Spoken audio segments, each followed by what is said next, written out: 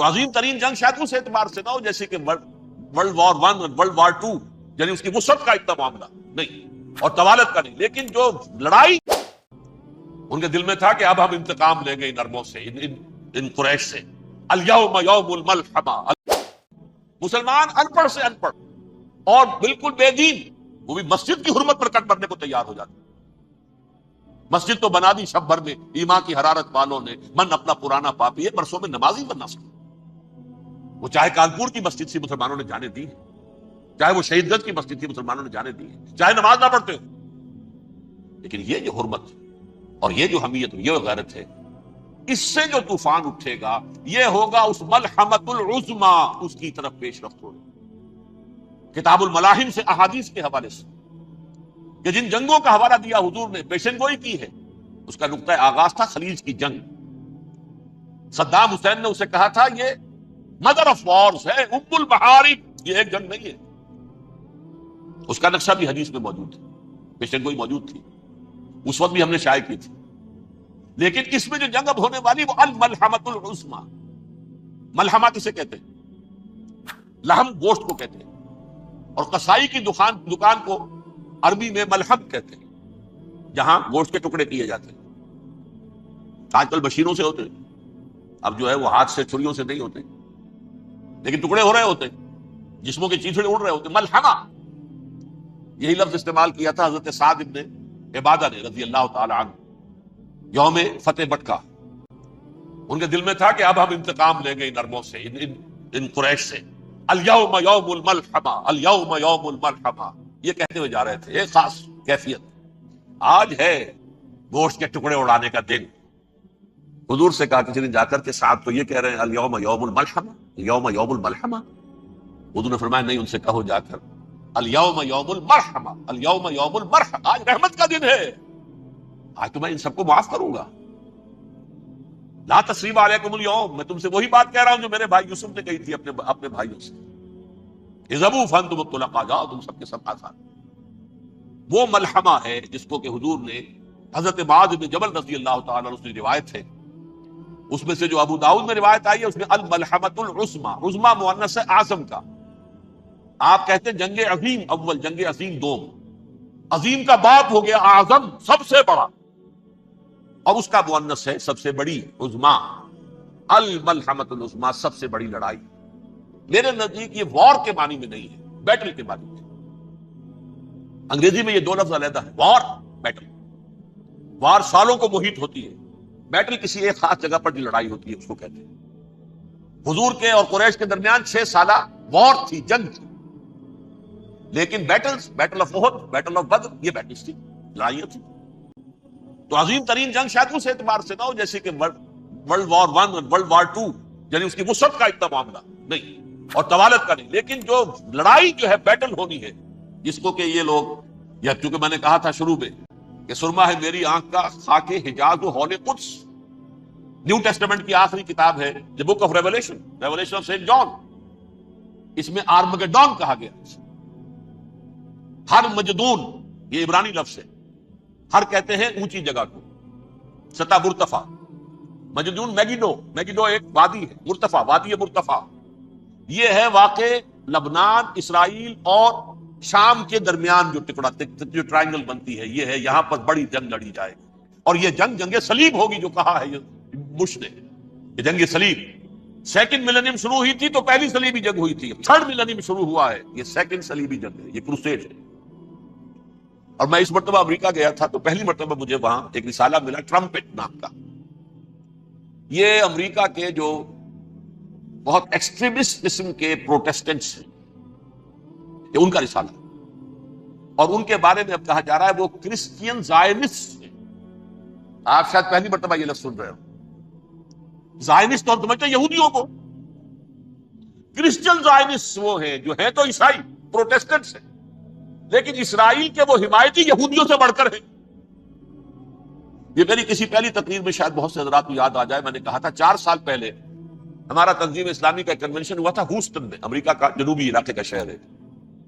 ایک سیشن اس میں ہم نے رکھا تھا انٹرفیتھ، ایک عیسائی کو بلایا تھا، ایک یہودی بہت بڑا وہاں کا عالم ہے اس کو بلایا تھا۔ اس یہودی عالم نے ڈاکٹر وشوگراٹ، جو وہاں کی یونیورسٹی میں پروفیسر ایمیریٹس ہے، اس نے کہا تھا کہ یہ اسرائیل کو تو سپورٹ کر رہے ہیں عیسائی، ہم تو نہیں کر رہے۔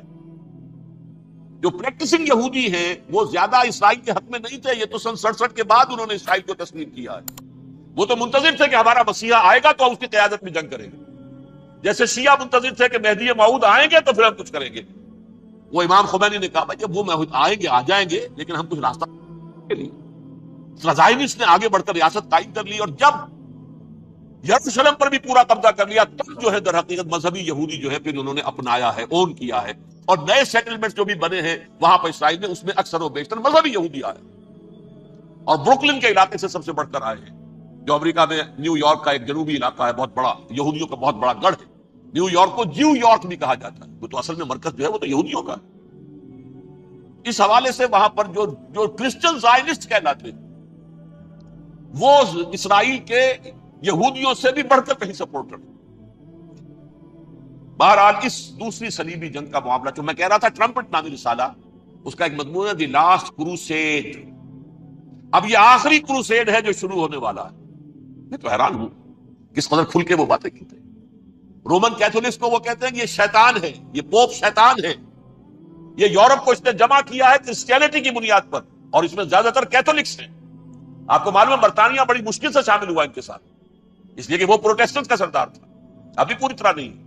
یورپ جو ہے وہ رومن امپائر دوبارہ یہ کھڑی کر رہا ہے، اور در حقیقت یہ جو ہے یہودیوں سے بھی چھیننا چاہتے ہیں اسرائیل کو اور فلسطین کو، اور مسلمانوں سے بھی، اور یہ وہی کروسیڈ جو تھے اربن ثانی کے، اس کی تیاری کر رہے ہیں تاکہ وہاں پر عیسائی حکومت قائم ہو جائے، کیتھولکس کی، پوپ کی حکومت قائم ہو جائے، جیسے ایسٹ تیمور میں کر دی ہے۔ ایسٹ تیمور میں کون سی حکومت بنی ہے؟ رومن کیتھولک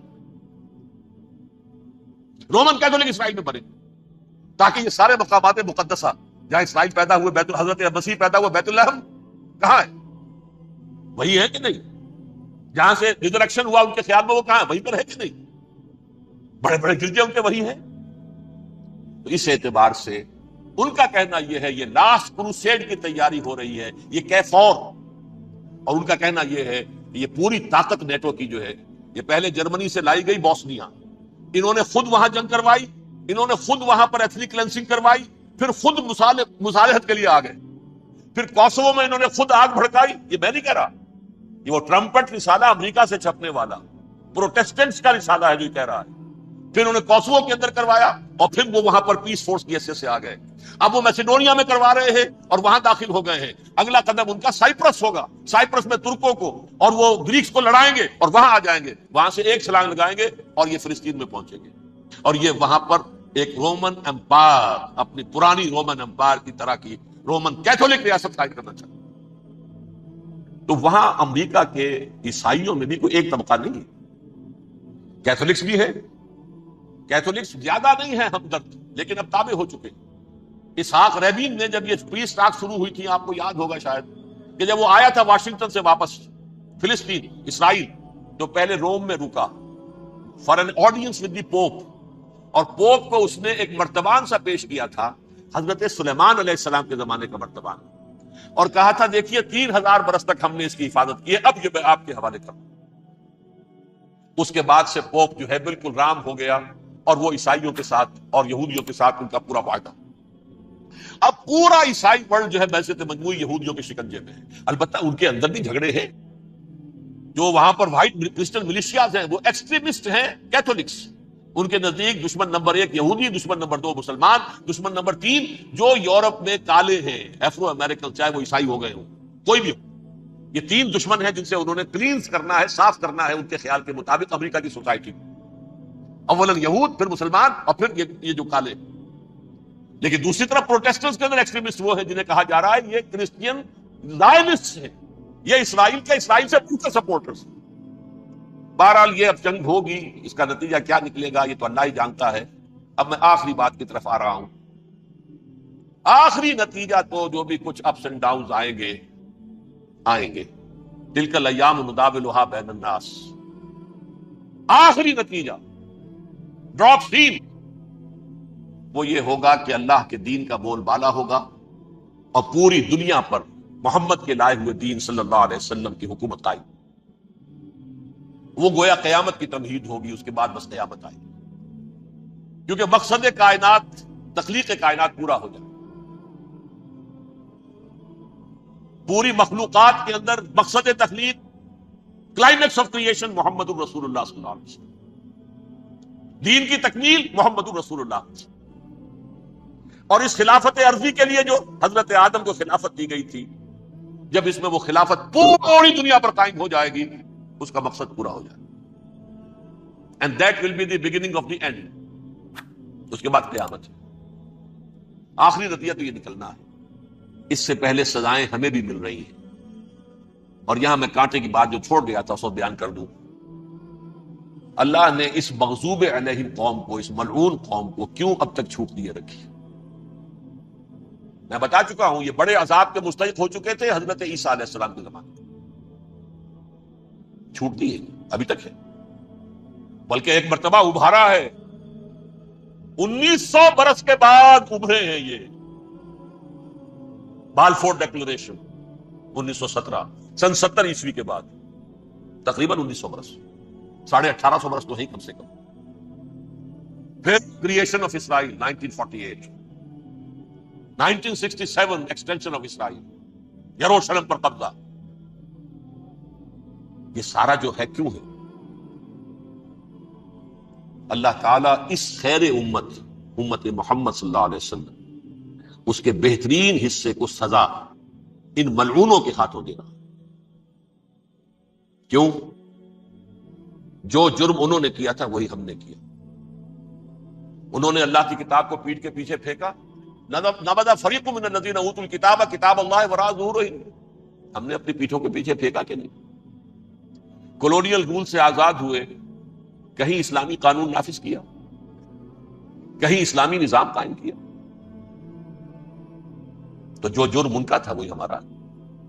اور ہم خیر امت ہیں، اور ہمارے میں سے خیر ترین عرب ہیں. ان پر اللہ کا فضل، ان کی مادری زبان میں اللہ کی کتاب موجود ہے. پھر انہوں نے اللہ کے دین کو پیٹھ دکھائی. جو ملک آزاد ہوا کولونیل رول سے، یا اس نے قبلہ کر لیا اپنا ماسکو کی طرف، یا کر لیا واشنگٹن کی طرف. کسی نے مکے کو قبلہ بنایا. یہ بدترین سزا ہے. ویل للعرب من شر قد اقترب. اور ترمذی شریف میں تو یہاں تک روایت ہے، من اقتراب الساعۃ ہلاک العرب. قیامت کے قرب کی ایک نشانی یہ بھی ہوگی کہ عرب ہلاک ہو جائے. ایک حدیث میں الفاظ آتے ہیں کہ حضور نے جب کہا یہ ہوگا یہ ہوگا یہ ہوگا، یہ بربادی آئے گی، تو کسی زوجہ محترمہ نام میں بھول رہا ہوں، انہوں نے پوچھا کہ عرب اس دن کہاں ہوں گے؟ فرمایا العرب یومئذ قلیل، بہت کم. آخری خاتمہ ہونا ہے یہود کا حضرت مسیح علیہ السلام کے ہاتھوں. وہ عذاب جو 2000 برس تک ان سے چلا رہا وہ آئے گا، اور ان کے رسول ہی کے ہاتھوں آئے گا. لیکن اس سے پہلے مسلمانوں پر یہ عذاب آ رہا، ہولوکاسٹ کے درجے کا عذاب آ رہا. البتہ ہم پاکستانی اس میں یوں سمجھ لیجئے کہ وہ تو خبریں موجود ہیں احادیث میں، وہاں تو جو ہونا ہے ہونا ہے.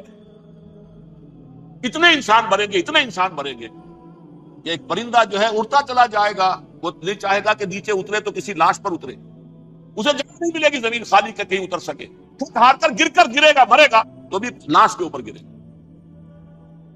یہ الفاظ ہے حضور صلی اللہ علیہ وسلم. الملحمۃ العظمی الملحمۃ الکبریٰ. یہ لاسٹ کروسیڈ، ٹرمپٹ اخبار میں، میں اس کا فوٹو اسٹیٹ بھی کبھی آپ کو دکھا دوں، ویسے میرے ساتھ ہے وہ رسالہ ٹرمپٹ. دی لاسٹ کروسیڈ، اس کی تیاری ہو. وہ الملحمۃ العظمی اور ملحمۃ الکبریٰ جو ہے وہ آنے والا. ابن ماجہ میں کبریٰ کہا ہے، اکبر کا مؤنث کبریٰ. ملحمہ کبریٰ سب سے بڑی جنگ، اور ملحمہ عظمی سب سے عظیم جنگ. یہ ہوگی اور بہت جلد. اب آخری بات کی عرض کر رہا ہوں، کریں کیا؟ کچھ کریں بھی کہ نہیں؟ پہلا کام تو یہ ہے کہ اصل زندگی آخرت کی زندگی ہے. دنیا میں تباہی بربادی آ بھی جائے، آخرت بچ جائے. پہلا کام یہ ہے کہ ہر شخص توبہ کرے، لیکن توبہ توبۃ نصوح، توبہ کی تسبیح نہیں، آیہ کریمہ کا ختم نہیں، لاکھ مرتبہ لا الہ الا انت سبحانک انی کنت، اس سے کچھ نہیں ہوتا.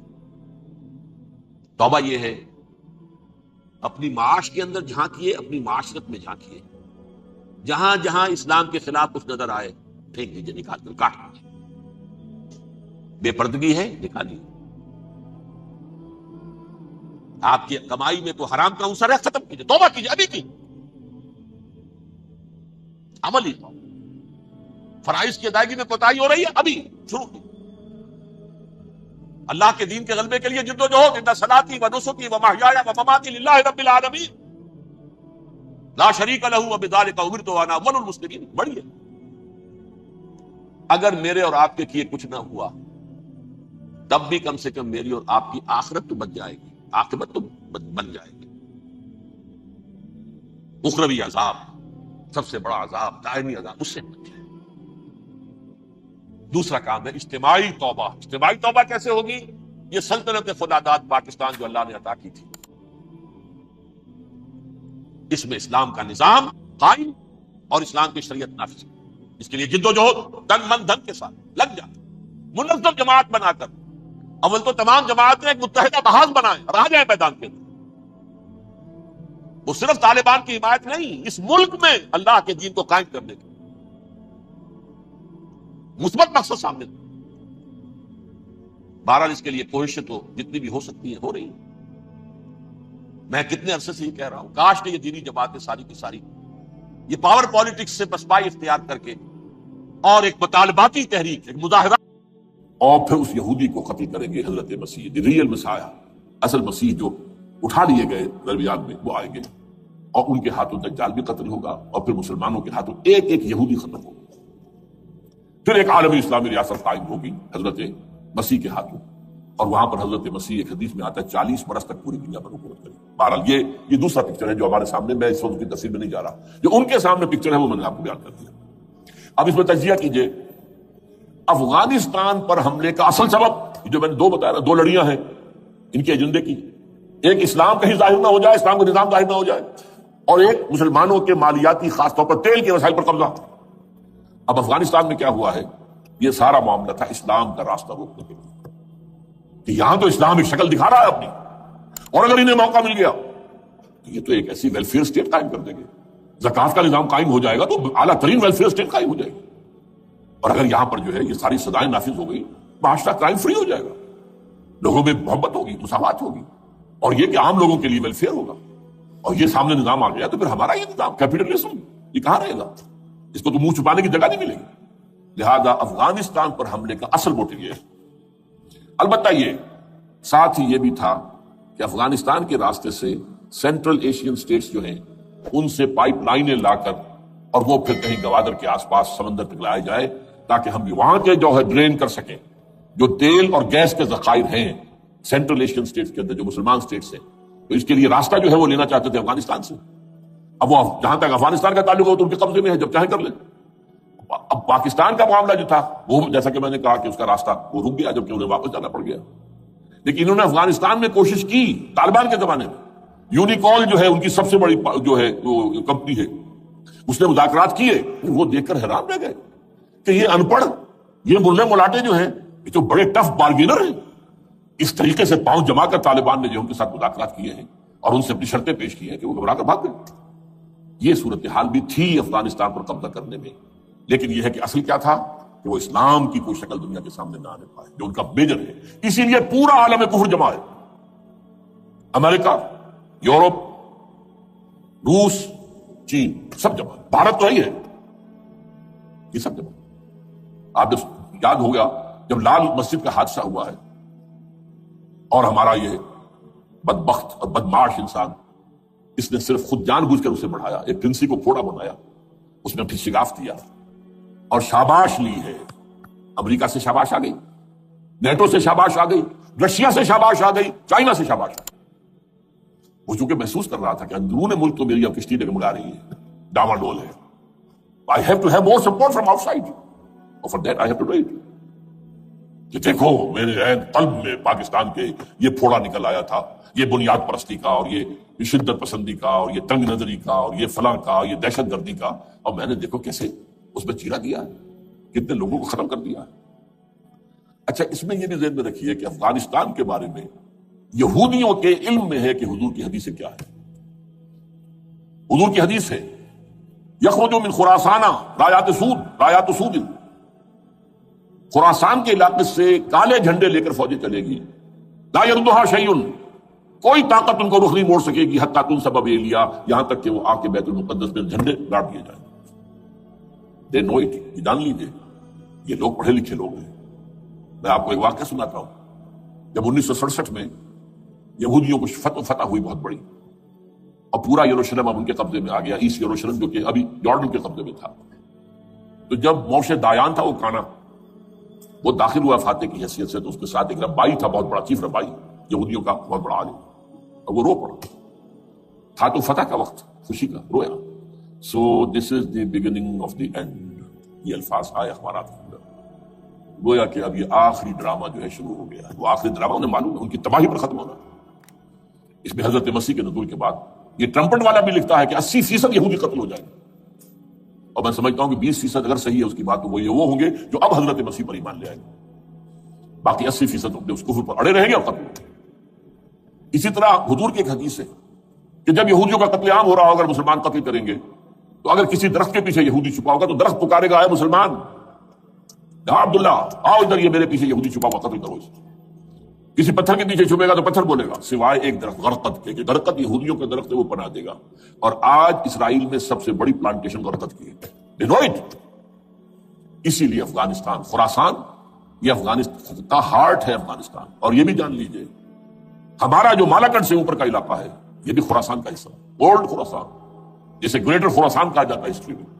ایک میں نے ایرانی سے پوچھا تھا اس کے بارے میں، تو اس نے کہا خراسان ہمارا ایک صوبہ ہے۔ میں نے کہا وہ تو مجھے معلوم ہے، جس کا دارالخلافہ مشہد ہے اور یہ ان کا مقدس شہر ہے، وہ تو اسے مکے کی طرح سمجھتے ہیں۔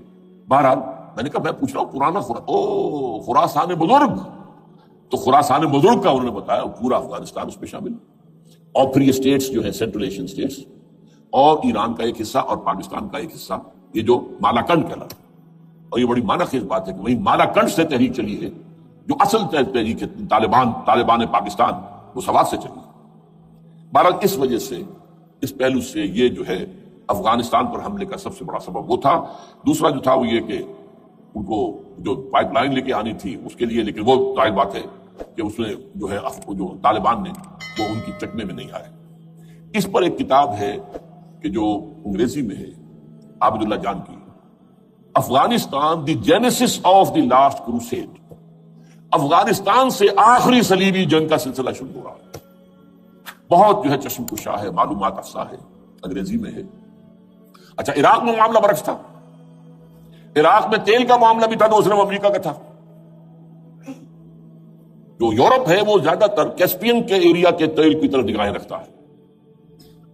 یہ جو ہے یہ اصل میں سارا جو ہے یہ امریکہ کا معاملہ ہے۔ اور دوسری طرف یہ کہ یہاں کو مذہبی سلسلہ نہیں تھا، حالانکہ تھا، وہ یہودیوں کا تھا۔ وہ کیا تھا؟ Extension, first step towards the establishment of greater Israel. یہ بات اچھی طرح سمجھ لیں۔ یہاں پہ تیل کا معاملہ بھی، میں نے کہا تھا نہیں، دو لڑیاں ہیں جو چل رہی ہیں۔ تیل کا معاملہ یہاں خاص طور پر عراق کے اندر زیادہ، افغانستان میں بہت کم۔ لیکن یہ کہ یہاں پر بھی جو اصل ہے، بیہائنڈ دی سین، جو اصل چیز کیا ہے کہ گریٹر اسرائیل کے قیام کی طرف پہلا قدم۔ میں یاد دلاتا ہوں آپ کو، جب فرسٹ گلف وار ہوئی تھی جس میں عراق کا بھرکس نکال دیا گیا تھا، اس کے اختتام پر کہا تھا شوارز کرافٹ، جو ان کا کمانڈر ان چیف تھا الائڈ فورسز کا، اس نے صاف کہا تھا، مجھے آج تک ایک لفظ یاد ہے، we fought this war for the protection of Israel. اور اب جو ابھی ہوا معاملہ، جب صدام گرا ہے، اس کا مجسمہ بھی گرا ہے، تو اس کے بعد وہ شخص، وہ بدبخت، وہ خبیث جو ابھی پڑا ہوا کومے میں، شیرون نے کہا تھا ان قریب عراق پر ہماری حکومت ہوگی۔ اور اس سے پہلے تو ہم صرف عراق میں سے یوفریٹس تک کا علاقہ مانگتے تھے، دریائے فرات تک کا۔ اب ہمارا مطالبہ یہ ہے کہ ہم تو در حقیقت دجلہ تک جائیں گے، دجلہ، تاکہ پورا کا پورا جو فرٹائل جو دو آبا ہے، دجلہ اور فرات کے درمیان کا بہترین علاقہ، وہ سارا ہمارے پاس۔ اس سے آپ اندازہ کر لیجیے کہ یہ دونوں چیزیں جو ہیں دونوں جگہ موجود ہیں۔ وہاں مذہبی زیادہ ہے افغانستان کا، لہذا یہاں بہت بڑی جو ہے کولیشن بن گئی۔ عراق میں تو وہ کولیشن نہیں بن سکی، یورپ بھی ساتھ نہیں آیا، یورپ بھی ساتھ نہیں آیا، امریکہ had to go it alone, اسے کرنا پڑا ہے۔ زیادہ سے زیادہ کوئی ٹوکن، آسٹریلیا کا کوئی ٹوکن معاملہ، جو ہے برطانیہ کا کچھ ٹوکن ٹائپ جو ہے، وہ یہ کامن ویلتھ پرانی جو ہے چلی آ رہی ہے اس میں شاید کینیڈا کا، باقی تو کوئی. یہ جو آل ورلڈ کولیشن بنی تھی وہ افغانستان کے خلاف کیوں ہے؟ یہاں سے اسلام کی ریسرجنس کا اندیشہ ہے. یخرج من خراسان رایات سود لا يردها شيء حتى تنصب بإيلیا. حضور کے زمانے میں ایلیا جو ہے وہ کن کے قبضے میں تھا؟ عیسائیوں کے. اس کے بعد ہمارے قبضے میں آیا، لیکن پھر کروسیڈرز نے ہم سے لے لیا تھا، اور 88 برس وہ عیسائیوں کے پاس رہا، 1099 عیسوی سے لے کر 1187 تک.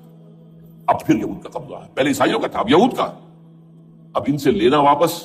پہلی مرتبہ بھی عرب نہیں لے سکے تھے، کھونے والے عرب تھے، واپس لینے والا کرد تھا صلاح الدین ایوبی رحمۃ اللہ علیہ. اب بھی کھونے والے عرب ہیں. مصر اور شام اور اردن تینوں کا مقابلہ کیا اس نے، اسرائیل نے، اور قبضہ کیا پورے ویسٹ بینک پر، گولان ہائٹس پر، سینائی پیننسولا پر، اور یہ کھو دیا ہم نے اپنے ہاتھ سے. اور اب بھی عربوں میں تو کوئی دم نہیں ہے، کوئی جان نہیں ہے.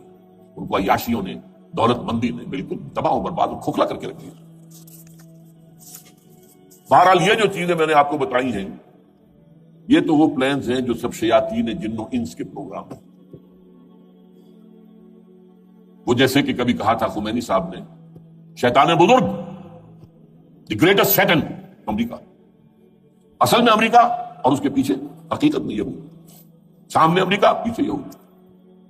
بالفعل کیا ہوگا یہ تو پھر اللہ ہی جانتا ہے کیا ہوگا. وَمَكَرُوا وَمَكَرَ اللَّهُ. کافر اپنی چالیں چلتے ہیں، اللہ اپنی چال چلتا ہے. اور سَنَسْتَدْرِجُهُم مِّنْ حَيْثُ لَا يَعْلَمُونَ وَأُمْلِي لَهُمْ إِنَّ كَيْدِي مَتِينٌ. اے نبی آپ گھبرائیں نہیں، ہم ان کافروں کو رفتہ رفتہ وہاں سے لے آئیں گے جہاں سے آپ کو بھی انہیں احساس تک نہیں ہوگا کہ یہ تو گرفت میں آ رہے ہیں، ٹریپ ہو رہے ہیں. اور ابھی ذرا میں انہیں ڈھیل دے رہا ہوں. میں املی لہم ان قیدی متین، میری چال بہت مضبوط ہے. وہ اللہ کیا کرے گا وہ میں نے آپ کو بتایا، جھلک دکھا دی ہے. انشاءاللہ اسی علاقے میں پاکستان اور افغانستان، اور اس کا ہارٹ ہوگا یہ پشتونستان، سرحد اور مشرقی افغانستان مل کر پشتونستان. پشتون اسی مشرقی اس میں ہے. پاکستان کا مغربی صوبہ ہے، شمال مغربی سرحدی صوبہ. یہ ہارٹ، اور پھر پاکستان اور افغانستان. انشاءاللہ یہی ہوگا. اور پھر یہ کہ یہاں سے فوجیں جائیں گی جو حضرت مہدی کی حکومت جمائیں گی عرب کے اندر. عربوں میں جان نہیں ہے کہ وہ مہدی کی حکومت کو جما سکے. یخرج الناس من المشرق یؤتون للمہدی یعنی سلطان ہی. مشرق کی طرف کے کسی ملک سے فوجیں آئیں گی جو مہدی کی حکومت قائم کرے. عربوں میں دم نہیں. بہرحال ہوگا کیا وہ میں نے کہا کہ یہ تو اللہ کے ہاتھ میں ہے. اب یہ کہ کرنا کیا چاہیے، یہ ہے میری تقریر کا آخری حصہ. دیکھیے ذوالفقار مرزا نے جو کچھ کہا اور سید قائم علی شاہ نے، میں خوشائند سمجھتا ہوں کہ طالبانائزیشن اور ہے، اسلامائزیشن اور ہے. ٹھیک ہے، چلیے آواز مکی اور مدینہ. طالبانائزیشن کے اندر کچھ بغیر تعلیم یافتہ، کچھ جذباتی، اس طرح کے لوگ بھی ہیں جن میں انتہا پسندی بھی ہے، جیسے کہ میں پہلے بیان کر چکا. افغانستان میں ہوا ہے، افغانستان کے اندر بھی رفتہ رفتہ وہ اپنی چیزوں سے نکل رہے تھے، نکل جاتے، لیکن موقع نہیں دیا گیا، بات ختم کر دیا گیا. اسی طرح ہمارے سرحدی صوبے میں جیسا کہ میں بتایا 3 قوتیں برسر ہیں. کون کیا کہ. لیکن بہرحال یہ کہ پہلی بات یہ، اسلام اور پاکستان لازم و ملزوم ہیں. یا اسلام آئے گا تو یہ ملک رہے گا، نہیں آئے گا تو ختم ہو جائے گا. اس میں کوئی شک نہیں. میری 2 کتابیں پڑھ لیجیے اگر اللہ توفیق دے، ہمت دے. اسلام اور پاکستان، یہ سن 67-68 کی تحریر ہے میری. جینیسس آف پاکستان کیا تھا، how Pakistan came into existence. پھر یہ کہ میں نے استحکام پاکستان کے نام سے سن 85 کے اندر کتاب لکھی. یہ دونوں کتابیں پڑھی ہیں. پاکستان کا کوئی جواز نہیں اگر یہاں اسلام نہ آئے، اور واقعی ہم جواز کھو چکے ہیں. تو اللہ تعالیٰ ہمیں مہلت دے رہا ہے. لیکن اب یہ سمجھ لیجیے، یہ اللہ تعالیٰ کی طرف سے ایک خاص مہلت ہے، اور شاید آخری مہلت ہے جو ہمیں مل رہی ہے. یہاں اسلامائزیشن نہ ہوا تو یہ ملک نہیں رہے گا. میں یہاں آپ کو ایک شعر سنا دوں. ہے تو ایک ایسی شخصیت کا جو کچھ کنٹروورشل بھی ہو گئی، بعد میں بدنام بھی ہو گئی. ایک زمانے میں جماعت اسلامی کے بڑے مخصوص کارکن تھے، وہ مولانا کوثر نیازی. انہوں نے ایک بڑا تلخ شعر کہا تھا، اسلام کو اگر تیری فضا راس نہ آئے، اے میرے وطن تجھ کو کوئی آگ لگائے. ہمیں اسلام چاہیے، اور اسلام نہیں آئے گا تو یہ ملک نہیں رہے گا. کوئی زرداری، کوئی نواز شریف اس ملک کی بقا کی ضمانت نہیں کر سکتے. اس کی بقا ہے اگر تو اسلامائزیشن ہے. 61 سال کی ہماری بے وفائی اللہ کے ساتھ کیے ہوئے وعدے کی، اس کا ایک عذاب ادنا ہم جھیل چکے ہیں. 71 یاد کی سن 71 پاکستان 2 لخت، 93,000 مسلمان پاکستانی بھارت کی قید میں بھیڑوں بکریوں کی طرح ہانک کر لے جائے گئے ٹرکوں میں بھر بھر کر، جیسے کہ ڈیرہ غازی خان سے بھیڑیں بکریاں آتی ہیں لاہور میں ذبح ہونے کی. کنسنٹریشن کیمپس میں ہمارے ٹائیگر نامی جرنیل نے پیش کیا اپنا ریوالور. کتنے لوگ مارے گئے، کتنا فساد ہوا. مسلمان کے ہاتھوں مسلمانوں کا خون کتنا ہوا. یہ اللہ کا ایک خاص عذاب ہوتا ہے. میں نے وہ آیت آپ کو سنائی تھی، قل هو القادر على ان يبعث عليكم عذابا من فوقكم او من تحت ارجلكم. اے نبی سے کہہ دیجیے اللہ اس پر قدرت رکھتا ہے، جب چاہے تم پر کوئی عذاب اوپر سے بھیج دے، تمہاری زمین کے نیچے سے نکال دے. زلزلہ آیا تھا کہ نہیں؟ او يلبسكم شيعا، ایک تیسری شکل بھی ہے. نہ اللہ آسمان کو کوئی تکلیف دے نہ زمین کو. زمین پھٹے گی تو آدمی جائے گا نہ دے، بلکہ تمہیں گروہوں میں تقسیم کر کے او يلبسكم شيعا فيذيق بعضكم بعض بعض، تو ایک دوسرے کی قوت کا ایک دوسرے کو مزہ چکھائے. تم خود ایک دوسرے کے گلے کاٹو. ہمیں کسی اور قوم کو تکلیف دینے کی ضرورت نہیں ہوگی. یہ کام ہمارے ساتھ ہو چکا ہے 19ویں قتل میں. بہرحال اب اس کے بعد بھی تاخیر تو ہماری جو کی تم ہے. اب ہم اس جگہ پر پہنچ گئے کہ شاید اب عذاب الاکبر آنے والا ہے. وہ آیت بھی میں نے شروع میں پڑھی تھی، وَلَنُذِقَنَّهُم مِّنَ الْعَذَابِ الْأَدْنَىٰ دُونَ الْعَذَابِ الْأَكْبَرِ لَعَلَّهُمْ يَرْجِعُونَ. چھوٹا عذاب آیا سن 71 میں پاکستان، بہرحال مغربی پاکستان تو برقرار رہا، اس کا نام بھی پاکستان رہا. اب شاید بڑا عذاب آ رہا ہو، بلکنائزیشن جس کے نقشے جو ہیں دنیا میں شائع کیے جا چکے ہیں. اور اس اسلامائزیشن کے لیے جو میں کہہ رہا ہوں کہ اس کے بغیر یہاں پاکستان نہیں رہے گا، اس کے لیے اس کی جو دستوری، تدریجی، قانونی، پرامن اگر راستہ اختیار نہ کیا گیا تو ملیٹنسی بڑھے گی. یہ رکنے والی نہیں ہے. یہ جو اوپر کا جو علاقہ ہے ایک ٹرائنگل ہے جس کا نقشہ کھینچا ہے ایک بہت بڑے مصری ادیب اور مورخ نے، شکیب ارسلان ان کا نام تھا. انہوں نے کہا ہے کہ یہ پامیر سطح مرتفع جو ہے، پامیر جسے روف آف دی ورلڈ کہا جاتا ہے، اس سے پہاڑوں کے سلسلے نکلتے ہیں. کوئی چین کی طرف چلا گیا، کوئی تبت کی طرف چلا گیا، کوئی قراقرم ادھر آ گیا پاکستان کی طرف، ہمالیہ آ گیا پاکستان انڈیا کی طرف، ادھر ہندو کش چلا گیا افغانستان میں. یہ سب جیسے کہ ایک جو پہیا ہوتا ہے اس کے جو لگے ہوتے ہیں اسپوکس جنہیں کہتے ہیں. اس نے کہا کہ ایک طرف ہمالیہ اور ایک طرف ہندو کش، اس کے درمیان میں جو قوم رہتی ہے،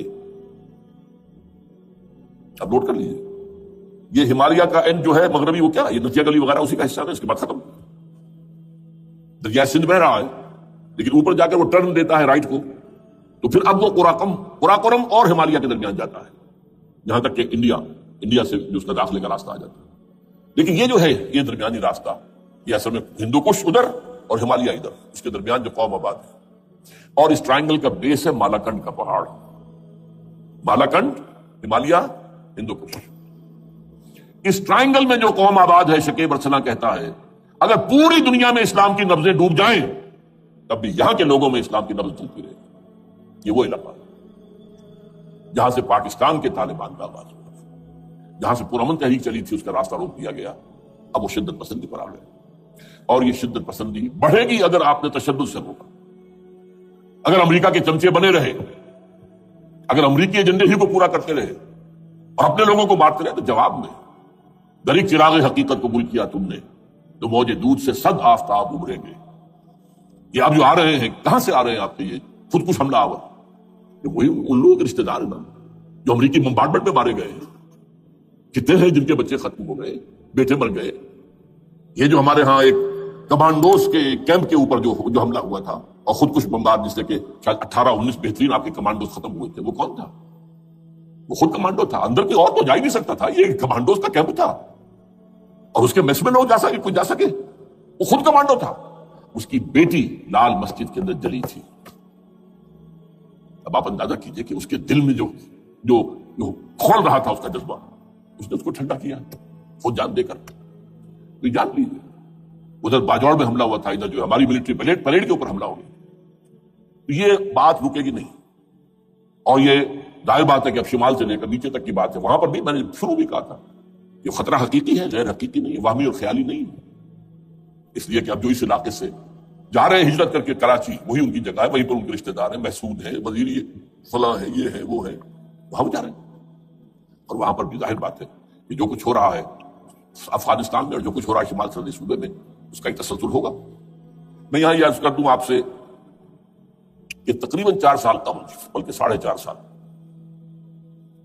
میں انتہائی مایوسی کو پہنچ چکا تھا کہ پاکستان کا وجود باقی نہیں رہے گا۔ میں نے یہی تقریر کی ہے 29 فروری سن 2004 اسی جگہ۔ پاکستان جواز کھو چکا، یہ اسلام کے نام پر تھا، ویئر از اسلام؟ جو اسلام یہاں وہ تو بھارت میں بھی ہے، وہ تو امریکہ میں بھی ہے، وہ کہاں ہے اسلام کا سیاسی نظام، اسلام کا تعزیراتی نظام، اسلام کا کرمنل لا، اسلام کا سول لا، اسلام کے فیملی لاز کہاں بنائے تھے اس شخص نے جو فیلڈ مارشل بنا تھا، خود ساختہ، جو اس نے قوانین بنائے تھے؟ تمام علماء نے کہا تھا، تمام مکتبات کہ غلط ہے، تحریک کوئی نہیں اٹھائی، یہ ان کی غلطی تھی، کوتاہی تھی، جمہوریت کی تحریک میں شامل ہو گئے، اس پر کوئی تحریک نہیں چلائی۔ بہرحال وہ نظام کہاں ہے؟ وہ نظام تو قائم نہیں کیا، اس حوالے سے یہ اپنا جواز کھو چکا ہے۔ دو ریشنل ریزون دیت جسے کہتے ہیں فرینچ کے اندر، ریزون دیت کسی چیز کی ریزن، ریشنل آف ایگزسٹنس۔ اس کے بعد یہ ہے کہ پچھلے سال سے کچھ مایوسی میں کمی ہوئی۔ Number 1، chief justice of Pakistan Iftikhar Muhammad Chaudhry کے اندر ہمت اللہ نے دی، وہ کھڑا ہو گیا۔ جنرلوں کے جمگھٹے کے اندر ایک سویلین آدمی جو ہے جس درجے کا مرغوب ہو سکتا ہے، آپ اس کا اندازہ کر لیجیے۔ اور اس کے بعد اسپونٹینیس موومنٹ وہ کلا انہومی شے، سوچ نہیں سکتے ہم۔ یہ موومنٹ جو ہے یہ کوئی اسٹریٹ ارچنس کی چلائی ہوئی نہیں ہے، یہ ہمارے ہاں کے گاموں ماجوں کی نہیں ہے، بلکہ یہ تو پڑھے لکھے لوگ، وکیل، کالے کوٹ، کالی ٹائیاں، پینٹ، یہ جو سختیاں جھیلی ہیں ابھی تک وہ تحریک چل رہی ہے۔ اگر سے ظاہر بات ہے وقت گزرنے کے ساتھ ساتھ اس کی وہ تیزی اور تندی میں تو کبھی آئی، اور حکومت کو موقع ملا ان کے اندر کوئی لفٹ پیدا کرنے کا بھی۔ لیکن بہرحال ان دونوں چیزوں سے میری مایوسی میں قدرے کمی ہوئی۔ اب دوسری بات وہ تھی 18 فروری کے الیکشن کا پرامن طور پر منعقد ہو جانا۔ میں یہ سمجھتا تھا کہ جو اس کے اندر دخل اندازی ہے، ریگنگ ہو گئی ہوگی، کیسے ممکن ہے پاکستان میں الیکشن ہو ریگنگ نہ ہو؟ پھر تحریک چلے ہی چلے، کیونکہ تحریک تو چل رہی ہے پہلے سے، صرف اس کے اوپر تیل اور ڈالنا ہے نا، اور پھر بدامنی ہوئی ہو، اور پھر دونوں طرف گدھ بیٹھے ہوئے ہیں، یہ NATO forces in the west, Indian forces on the east, they will march into Pakistan, اور پاکستان کے ایٹمی دانت توڑ کر Pakistan will be put at the mercy of India، Bharat. Now do whatever you like۔ Condoleezza Rice کا میں آپ کو بیان سنا چکا ہوں، پاکستان کے مستقبل کا فیصلہ امریکہ اور بھارت نہیں کرتا۔ بہرحال اب تیسری جو امید ہوئی ہے، یہ کل پرسوں میں جو ہوئی ہے، کولیشن جو ہے یہ ناکام ہوتی نظر آ رہی تھی، لیکن یہ کہ صدر کے مواخذے پر یا صدر کے خلاف جو ایک کارروائی ہو رہی ہے، اللہ کرے کہ وہ پوری ہو جائے، یا اس سے بھی بہتر ہے کہ وہ خود ہی استعفیٰ دے کر دفع ہو جائے۔ بہرحال یہ کہ اس سے بھی کچھ امید کا پہلو جو ہے پیدا ہوتا ہے۔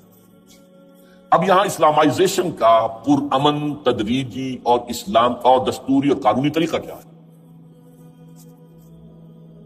وہ طریقہ کیا ہے؟ 1949 اور 50 میں جو عمل شروع ہوا تھا، جو اس کے بعد سے آج تک جو ہے ختم ہو گیا، اس کو اصل دور شروع کیا جائے، دوڑ پیچھے کی طرف ہے گردش ایام کی۔ 49 میں کیا ہوا تھا؟ قرارداد مقاصد، وہ گویا کہ پاکستان میں نظام خلافت کی جڑ تھی جو رکھ دی گئی تھی کہ sovereignty belongs to Allah and whatever authority we have it's a sacred امانت، یہ تو اصل میں استعمال کی جائے گی یہ قوت کتاب و سنت کے دائرے کے اندر۔ this is خلافہ، in essence it is خلافہ، خلافت کی بنیاد رکھ دی گئی۔ اس سے پہلے 48 میں سن 47 کی ایک تقریر کی وجہ سے جو غلط فہمی پیدا ہوئی تھی قائد اعظم کی 11 اگست کی، اس کا انہوں نے کراچی کی ہائی کورٹ بار ایسوسیشن میں جا کے کہہ دیا تھا، کچھ لوگ شرارت کے ساتھ یہ پروپیگنڈا کر رہے ہیں کہ پاکستان میں دستور شریعت پر مبنی نہیں ہوگا، یہ فتنہ ہے، غلط کہہ رہے ہیں، نفی کر دی تھی۔ اب یہ دوسری بات ہے کہ اندھوں کے اندھے جو ہیں وہ اس 11 اگست کی تقریر کو لیے پھرتے ہیں، اس کے ایک جملے کو، اور یہ اتنی کھلی بات جو کی، شریعت کا لفظ، شریعت، پاکستان کا دستور جو سمجھتا ہے کہ شریعت پر نہیں مبنی ہوگا وہ غلط کہتا ہے، وہ شریر ہے، شرارت پیدا کر رہا ہے، یہ قائد اعظم کے الفاظ۔ بہرحال اس کے بعد ایک عمل کیا ہوا تھا سن 50 میں، یہاں کے سیکولر عناصر نے ایک بڑا شور مچایا، کس کا اسلام لاؤ گے؟ شیعہ کا، سنی کا، دیوبندی کا، بریلوی کا، وہابی کا، کس کا اسلام؟ اللہ تعالیٰ غریق رحمت کرے ان بزرگوں کو۔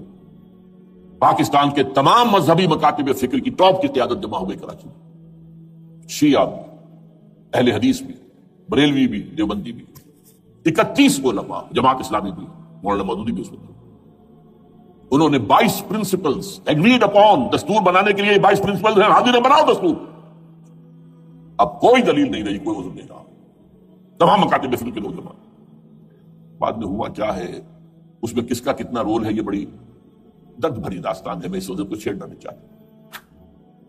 حاصل کیا ہے، وہاں سے ہمارا پروسیس ڈیریل ہوا، کچھ اپنوں کے کیے، کچھ بیرونی دباؤ کے تحت۔ قرارداد مقاصد کی سزا دی گئی لیاقت علی خان کو، تم نے پاس کرائی ہے۔ اسے ایسے قتل کیا گیا کہ سراغ تک نہیں ملا کہ کس نے قتل کیا۔ یہ ایسے تو نہیں ہوتا، اسے پیچھے بڑے بڑے کریکٹرز، بڑے بڑے کردار۔ اب اس کے بعد وہ عمل کیسے شروع ہو؟ ضیاء الحق نے جو ایک ادارہ قائم کیا تھا فیڈرل شریعت کورٹ، اصولی اعتبار سے بہترین قدم تھا۔ وہ کیا تھا؟ یہ شریعت کورٹ ہے، اس میں کوئی شخص لائے پیٹیشن کہ پاکستان کا فلاں قانون جو ہے میں ثابت کرتا ہوں کتاب و سنت کے منافی ہے، یا کورٹ سو موٹے لے لے کسی بھی معاملے کو، ایگزسٹنگ جو قوانین ہیں ان کا جائزہ لے کہ اس میں یہ پورا قانون یا اس کی یہ شق جو ہے یہ خلاف شریعت ہے، اس پر آرگومنٹ ہو، دونوں طرف کے دلائل ہوں، علماء بھی آئیں، وکلاء بھی آئیں، بحث کریں۔ شریعت کورٹ کا تو میدان ہوتا کھلا۔ بالآخر اگر کورٹ فیصلہ دے دے کہ ہاں یہ ایگزسٹنگ قانون یا جو قانون قابل زیر غور ہے بننے جا رہا ہے یہ خلاف شریعت ہے یا جزمن شریعت کے خلاف ہے، تو وہ اسے کینسل کر دے گا اور کہہ دے گی کورٹ کہ اگر یہ مرکزی معاملہ ہے تو مرکزی حکومت، صوبائی معاملہ تو صوبائی حکومت، اتنی مدت میں 3 4 6 مہینے کے اندر اندر اس کی آلٹرنیٹ لیجسلیشن کر لے، جیسے ہی مہلت ختم ہوگی یہ قانون ڈیفنکٹ ہو جائے گا۔ اصولی اعتبار سے اس سے زیادہ صحیح اسکیم کوئی نہیں سوچ سکتا، آج بھی میں قائل ہوں۔ لیکن یہ بدبختی تھی اس شخص کی، ضیاء الحق کی، اس کو بالکل غیر مؤثر کر دیا۔ 2 ہتھکڑیاں پہنا دی، 2 بیڑیاں پہنا دی۔ کانسٹیٹیوشن آف پاکستان آپ کے دائرے کار سے خارج ہے، یہ سیکریٹ کاؤ ہے، ہاتھ نہ لگانا۔ جو جوڈیشل پروسیجرل لاز ہیں، ضابطہ دیوانی، ضابطہ فوجداری، یہ بھی تمہارے دائرے سے خارج ہے۔ مالی معاملات 10 سال تک خارج، اور فیملی لاز مستقل خارج۔ انا للہ و انا الیہ راجعون۔ اب کرنے کا کام کیا ہے؟ نمبر 1، فیڈرل شریعت کورٹ کے دائرے پر جو تحدیدات ہیں، لیمیٹیشن ختم کی جائیں یکسر۔ نمبر 2، اس کا سٹیٹس کم سے کم ہائی کورٹ کے درجے کا ہونا چاہیے۔ نمبر 3، اس میں جید علماء کو لا کر بٹھایا جائے، ان کی میجورٹی ہونی چاہیے، وکلاء بھی ہوں جدید تعلیم کے، جدید قانون کے جاننے والے، لیکن علماء بھی ہوں۔ اگر آپ جید علماء کو لے آئیں گے تو پھر وہ جو عام مولوی ہے بیچارہ، وہ جو پوری طرح نیم خواندہ ہے یا نیم تعلیم یافتہ ہے، یا ہمارا عام آدمی ہے جو طالبان کے انداز کے اندر وہ شدت پسندی پر آ گیا، اسے یہ اندازہ نہیں ہے کہ دین میں اہمیت کس شے کی اول ہے، پھر دوسری کون سی، ثانوی شے کون سی ہے۔ اب اس کے بجائے علماء، جدید علماء، تمام جو ہے مسالک کے علماء اس میں شامل کیے جائیں۔ اس کے فیصلوں پر نظر ثانی کا کھلا موقع ہونا چاہیے، ایک دفعہ عدالت فیصلہ کر دے، نظر ثانی کا موقع ہونا چاہیے۔ اور کسی شہری کی طرف سے پیٹیشن آئے یا سو موٹو، وہ جائزہ لے اور ایک ایک کر کے قوانین جو ہے غلط ختم، ان کی جگہ پر لیجسلیشن پارلیمنٹ ہی کرے گی یا صوبائی اسمبلی کرے گی۔ کورٹ کا کام لیجسلیشن نہیں، وہ یہ کہہ سکتا ہے کہ یہ بھائی یہ معاملہ جو ہے شریعت سے تجاوز کر گیا ہے، یا فلاں جو قانون تم بنانے چلے اس کی یہ جو ہے شریعت کے خلاف ہے، بس فیصلہ یہ دے گی۔ ظاہر بات ہے لیجسلیشن اس کا کام نہیں، لیجسلیشن جو کرے گی آپ کی نیشنل اسمبلی کرے گی، آپ کی صوبائی اسمبلی کرے گی، لیکن اس کا متبادل قانون لے آئیں اور پہلا قانون ختم ہو جائے۔ اچھا، اس عرصے کے دوران جو کونسل آف اسلامک آئیڈیالوجی پر ارب روپیہ خرچ ہوا ہے، اس کی رپورٹوں کے انبار لگ گئے، کسی ایک سفارش کو بھی آج تک پارلیمنٹ میں پیش نہیں کیا گیا، اور اس میں جید علماء رہے ہیں اور تمام مکاتب فکر کے علماء رہے ہیں۔ ان کی رپورٹوں کو رفتہ رفتہ پارلیمنٹ کے سامنے لایا جائے اور ان کے ذریعے سے نئی قانون سازی کی جائے۔ اگر آپ یہ قانونی دستوری راستہ کھول دیں گے اور تجدیداً اس طریقے سے Islamization of laws of Pakistan ہو جائے تو ظاہر بات ہے کہ پھر جو دہشت گرد ہیں، دہشت پسند ہیں، جن کو آپ خطرہ کہہ رہے ہیں، خطرہ، طالبان آ گئے، طالبان آ رہے ہیں، اور وہ ڈرو اور بچو اور مقابلے کی تیاری کرو اور اسلحہ تیار کرو، اگر یہ کام کریں گے تو پھر ظاہر بات ہے کہ وہ تو فساد ہوگا، اور فساد کا نتیجہ کیا نکلے وہ اللہ ہی بہتر جانتا ہے۔ لیکن یہ پروسیس جو میں نے بیان کیا ہے، اگر اس پر عمل ہو جائے تو یہ وہ پروسیس ہے جسے جنرل حمید گل نے کہا تھا کہ اگر ایسا ہو جائے تو یہ سافٹ ریولوشن ہوگا، بغیر تشدد کے، بغیر کسی اور کے، اگر نیت ٹھیک ہے، اور اگر یہ واقعی جیسے قائم علی شاہ نے سمجھ لیا ہے اور جیسے کہ ذوالفقار مرزا نے سمجھ لیا ہے، اسلامائزیشن اگر اس کو سب سمجھ لے، زرداری بھی سمجھ لے اور نواز شریف بھی سمجھ لے اور سب سمجھ لے، تو ظاہر بات ہے کہ پھر کسی توڑ پھوڑ کے بغیر، کسی اور بدامنی کے بغیر، کسی تشدد کے بغیر اسلامائزیشن یہاں ہو جائے تو سب کے دل خوش ہو جائیں گے، اور یہ سارا جو بھی تشدد ہے، یہ دہشت گردی ہے، اس کے راستے بند ہو جائیں گے۔ اگر ایسا نہیں کرتے تو غیر تعلیم یافتہ یا نیم تعلیم یافتہ، جن کو کوئی پورا تصور نہیں ہے، نہ دنیا کے حالات کا علم ہے، نہ شریعت کے جو اصل مصادر اور منابع ہیں، اصل سورسز ان تک رسائی ہے، بس کچھ چیزیں سن رکھی ہیں، یہ تو معلوم ہے انہیں کہ داڑھی رکھنی ہے، سنت ہے، لیکن یہ کہ یہ فرض تو نہیں ہے بھائی، پھر اس کی کوئی خاص مقدار تو معین نہیں ہے، یہ تو نہیں جانتے۔ ویڈیوز ہیں، آڈیوز ہیں، ان میں گانے ہیں، اس میں آپ کو معلوم ہے کہ قریانیت ہے، جو بھی ویڈیوز ہیں وہ تو ان کو جلائیں گے ان کی دکانوں میں۔ آپ تعلیم دے رہے ہیں لڑکیوں کو، وہ جانتے ہیں جو تعلیم آپ دینا چاہتے ہیں، آپ تو ڈانس کو کی تعلیم کو بھی وہاں پر نافذ کر رہے ہیں، آپ نے تو تعلیم کا شعبہ ہی دے دیا اسماعیلیوں کے ہاتھ میں، لہٰذا ان کا تو رد عمل ہوگا، وہی ہوئے۔ اس کا راستہ اگر روکنا ہے تو اس پروسیس سے جو میں نے بیان کر دیا ہے، جس کو میں بیان کر رہا ہوں نہ معلوم کب سے، نواز شریف صاحب، ان کے والد میاں محمد شریف صاحب مرحوم، اور شہباز شریف صاحب اور عباس شریف صاحب چاروں میرے پاس آئے تھے، 2 دفعہ آئے تھے، اور میں نے یہ ترمیمی بل پیش کیا تھا جس کے آئٹم میں نے آپ کو گنوا دیے، بہرحال نہیں کیا کچھ نہیں۔ لیکن یہ کہ اگر یہ نہیں کریں گے تو یہ کہ دوسری طرف یہ سمجھ لیجئے اس وقت پاکستان کے دینی مدرسوں میں شدید تحریک چل رہی ہے، لال مسجد یہ ایک سمبل بن چکا ہے، یہ ایک علامت ہے، اور یہ ملیٹنسی کی طرف بہت بڑی تعداد میں، خاص طور پر جو طالب علم ہیں عربی مدارس کے، طالبان کی سورس یہی تو ہے نا، یہی تھے جن سے کہ افغانستان میں طالبان ابھرے تھے اور یہیں سے پاکستان کے ابھر رہے، ان کے اندر شدید لہر ہے، اور کوئی بہت بڑا فساد ہو گیا اگر خدا نہ خواستہ تو that will be the end of Pakistan. اس سے بچنا ہے تو وہ راستہ اختیار کریں جو میں نے بیان کر دیا، جو میں سال ہر سال سے بیان کر رہا ہوں، دستور کا ترمیمی بل بنا کر دیا ہے، اسے عام بھی کیا ہے۔ البتہ اس عرصے میں ظاہر بات ہے کہ ہم کیا کریں گے، ہمارا کوئی پروگرام کسی میلیٹنسی کے رہ جانے کا نہیں ہے، ہم اسے مفید نہیں سمجھتے بلکہ مضر سمجھتے، یہ کاؤنٹر پروڈکٹیو ہے۔ ہمارے سامنے پروگرام کیا ہے؟ سے نکاتی پروگرام، بڑے پیمانے پر دعوت ایمان بذریعہ قرآن، نمبر 1۔ میری تمام سرگزشت کھوئے ہوئے کو جستجو، میری سرگزشت جو ہے 50 سال سے اسی میں ہے، قرآن کو پڑھنا، پڑھانا، سیکھنا، سکھانا، عام کرنا، اور الحمدللہ ایک بڑی ٹیم تیار کر دی ہے میں نے اللہ کے فضل سے، یہ کام کر لیا، دعوت ایمان بذریعہ قرآن، اور جو ایمان واقعتاً لے آئے، جس کا ثبوت ہوگا شریعت پر عمل، جس چیز پر عمل کیا جا سکتا اور نہیں کرتے تو آپ مجرم۔